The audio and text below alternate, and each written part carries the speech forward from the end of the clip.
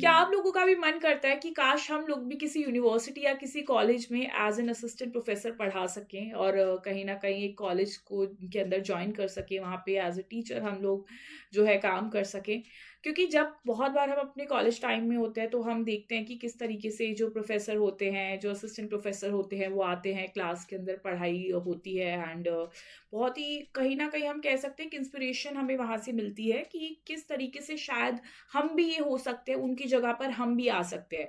But बहुत बार problem ये होती है ना कि हमें आइडिया नहीं होता कि जिस पोजीशन पे आज हम उन लोगों को देख रहे हैं, उन्होंने क्या वो प्रोसेस को फॉलो किया होगा, कौन से वो क्राइटेरिया है जिनको कहीं ना कहीं उन्होंने फुलफिल किया होगा और फिर वो जाके यहाँ पर इस पोजीशन पे पहुंचे होंगे। तो हेलो गाइस, मेरा नाम है मानसी और मैं आज आप लोगों को पूरा ये प्रोसेस, अगर आप लोग कॉलेज के अंदर पढ़ाना चाहते हैं, आप एक असिस्टेंट प्रोफेसर बनना चाहते हैं, आप आगे अपनी लाइफ में फिर प्रोफेसर भी बनना चाहते हैं, तो इस सारी चीज़ों के बारे में, कैसे ये सब कुछ होने वाला है, उसके बारे में इंफॉर्मेशन देने वाली हूँ। तो देखिए, अगर आप लोगों का सपना है कि आप किसी यूनिवर्सिटी में पढ़ाना चाहते हैं, आप किसी कॉलेज के अंदर कहीं ना कहीं टीचर की तरह काम करना चाहते हैं, तो इसके लिए आप लोगों को सबसे पहला स्टेप ये होता है कि आप लोगों को यूजीसी नेट एग्जामिनेशन को क्लियर करना होगा। जी। अब आपको ऐसा हो सकता है कि आपको कोई आइडिया ही नहीं है, आपने कभी इस पेपर के बारे में नहीं सुना है, आपको नहीं पता कि यूजीसी क्या होता है, यूजीसी नेट क्या होता है, ये एग्जामिनेशन क्या है, कैसे है, ये सारी चीजों के बारे में मैं आप लोगों को आज अच्छे से बताने वाली हूँ। ठीक है। देखिए, हम सबसे पहले ये जानेंगे कि जब हम यूजीसी नेट की बात कर रहे हैं तो इसका क्या मतलब है। देखो, यूजीसी का मतलब है यूनिवर्सिटी ग्रांट कमीशन एंड आप लोगों का नेट जो है उसका यहाँ पर आप लोगों का मतलब हो जाएगा नेशनल एलिजिबिलिटी टेस्ट। ठीक है, यानी कि नेशनल लेवल पे आप लोगों का एक एलिजिबिलिटी टेस्ट है जो कि आपको एलिजिबल बनाएगा आगे जाके असिस्टेंट प्रोफेसर बनने के लिए। सिंपल। तो ये आपको ध्यान रखना है। अब ये जो पेपर है, जो ये आप लोग नेशनल एलिजिबिलिटी टेस्ट यानी कि जो आप नेट का पेपर देने वाले हैं, इसको लेता कौन है, ठीक है, कौन सी बॉडी है जो इस पेपर को कंडक्ट कराती है, तो उसके बारे में भी आप लोगों को आइडिया होना चाहिए। तो आप लोगों का एनटीए, नेशनल टेस्टिंग एजेंसी जो है, वो यूजीसी के बिहाफ पे यहाँ पर इस पूरे के पूरे आप लोगों की एग्जामिनेशन को कंडक्ट कराती है। ये जनरल बात है जो कि सबको पता होती है और अब से आपको भी पता है। ठीक है। अब ये जो पेपर है, आप लोगों को पता होना चाहिए ये क्यों होता है। ठीक है, तो ये एक पेपर है जो कि आप लोगों का होता है आप लोगों को असिस्टेंट प्रोफेसर बनाने के लिए। फॉर एग्जांपल, आप किसी कॉलेज के अंदर, किसी यूनिवर्सिटी के अंदर एज ए असिस्टेंट प्रोफेसर लगना चाहते हैं, काम करना चाहते हैं, पढ़ाना चाहते हैं, तो आप लोगों को इस पेपर को पहले क्लियर करना पड़ेगा। आपको एलिजिबल होना पड़ेगा कि हाँ, आपका नेट क्लियर हो गया है और आप एलिजिबल हो असिस्टेंट प्रोफेसर बनने के लिए। और उसके बाद आपको किसी यूनिवर्सिटी में जाके आप एलिजिबल हो जाओगे कि आप इंटरव्यू दे सकते हो, कोई एंट्रेंस एग्जाम दे सकते हो, तो आप एलिजिबल हो जाते हो। ठीक है, तो ये एक एलिजिबिलिटी टेस्ट है। ऐसा नहीं है कि इस पेपर के बाद डायरेक्ट आपकी जॉब लग रही, नहीं।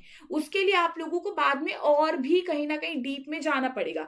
बट ये पहला स्टेप है जो सबके लिए क्लियर करना बहुत इंपॉर्टेंट है, ये कंपल्सरी है। ठीक है, इसके अंदर आपकी कोई चॉइस नहीं है, ये आपको करना ही पड़ेगा। अब इसी पूरे के पूरे एग्जाम से हो सकता है कि आपका क्या हो, जब आप ये पेपर दोगे तो आप असिस्टेंट प्रोफेसर बन सकते हो और इसी के अंदर आप लोग जेआरएफ को भी निकाल सकते हो। अब जेआरएफ क्या होता है ये मैं आपको एक सेपरेट वीडियो में बताऊंगी, ताकि पर आज हमारा मेन फोकस असिस्टेंट प्रोफेसर के लिए रहने वाला है। अब इसी के साथ में जो आपका यूजीसी नेट का एग्जामिनेशन है, ये 2 साल जो है, मतलब कि 2 बार साल में आप लोगों का कंडक्ट कराया जाता है।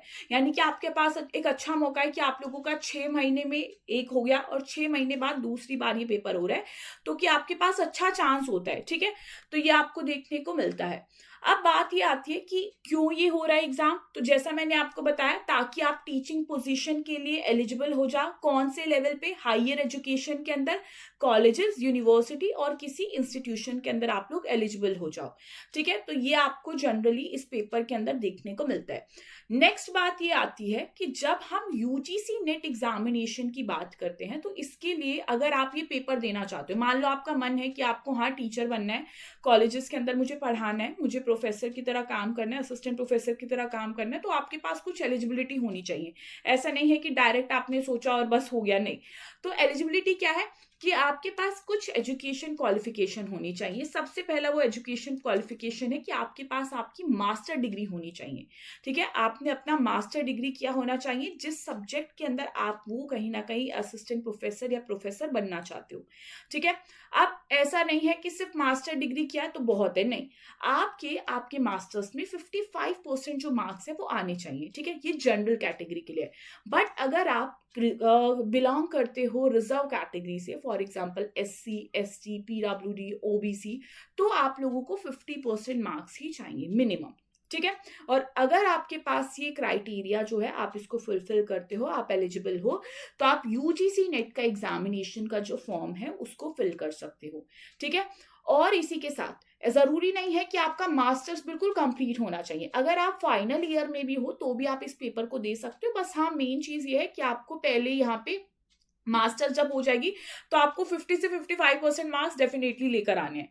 ठीक है, अब एज लिमिट है क्या कोई इस पेपर को देने के लिए? हाँ, इस पेपर में अगर आप JRF क्लियर करना चाहते हो तो आपके पास 30 साल की एज लिमिट है। अगेन नेक्स्ट वीडियो में मैं आपको बताऊंगी JRF क्या होता है। बट फिलहाल अगर आप असिस्टेंट प्रोफेसर बनना चाहते हो और आपको लगता है कि आपकी एज तो 40 ईयर है, मैंने लेकिन मास्टर्स क्यों है, तो कोई दिक्कत नहीं है। यहाँ पर कोई अपर एज लिमिट नहीं है। आप 50 साल के हैं, आप 60 साल के हैं, आप जब भी इस पेपर को दे सकते हैं और असिस्टेंट प्रोफेसर किसी यूनिवर्सिटी में लग सकते हैं।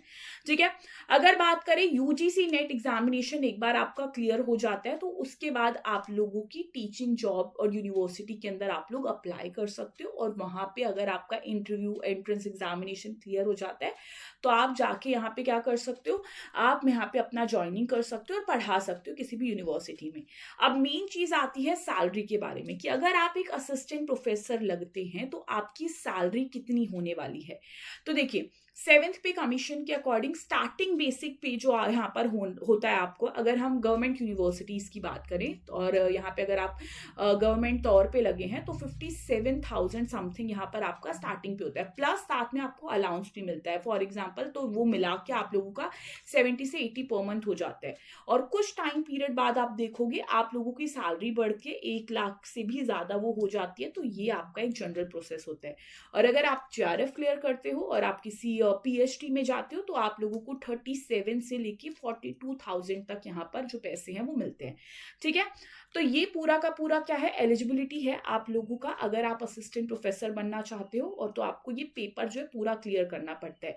अब यहीं पे ही ये इस पेपर में किस तरीके से सिलेबस आता है, साथ में JRF क्या होता है, ये मैं आप लोगों को प्रॉपर नेक्स्ट वीडियो में बताऊंगी।